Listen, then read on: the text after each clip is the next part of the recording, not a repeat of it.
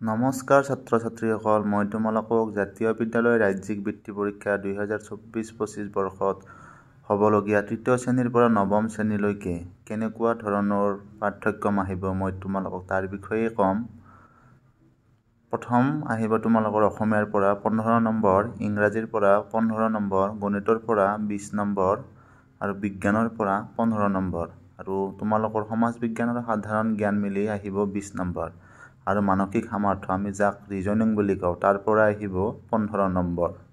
তোমালোকৰ পাঠ্যক্ৰমখিনি হ'ব প্ৰথম গোট পৰীক্ষাৰ পৰা চতুৰ্থ গোট পৰীক্ষালৈকে তোমালোকৰ পৰীক্ষাত যিখিনি আহিছিল তাৰ পৰা তোমালোকৰ MCQ প্ৰশ্ন যিমান আছে সিমান উলিয়াই ল'বা আৰু তাৰ ভিতৰত তোমালোকৰ অসমীয়া, ইংৰাজী, গণিত, বিজ্ঞান, সমাজ বিজ্ঞান, সাধাৰণ জ্ঞান ইয়াৰ পৰা তোমালোকৰ প্ৰশ্ন আহিব আৰু মানসিক সামৰ্থ্য তোমালোকৰ এইটো 15 নম্বৰ তোমালোকৰ বাহিৰৰ পৰা আহিব, বাকীখিনি তোমালোকৰ কিতাপৰ পৰাই আহিব। সেইকাৰণে ছাত্ৰ ছাত্ৰীসকল তোমালোকে কিতাপখন ভালকৈ চাবা।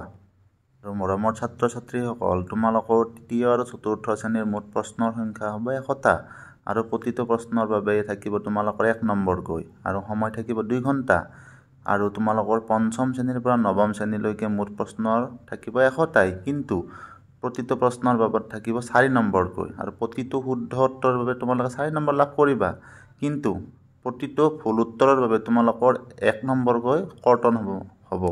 সেইকাৰণে তোমালোকে ভালকৈ চাবা আৰু তোমালোকৰ সময় হ'ব 2 ঘণ্টা আৰু এইখিনি হ'ল তোমালোকৰ চিলেবাছ আৰু এইখিনি চাই তোমালোকে পৰীক্ষাটো দিবা আৰু সকলোৰে পৰীক্ষা ভাল হ'ব বুলি মই আশাৰে বাট চাই থাকিলোঁ। ধন্যবাদ।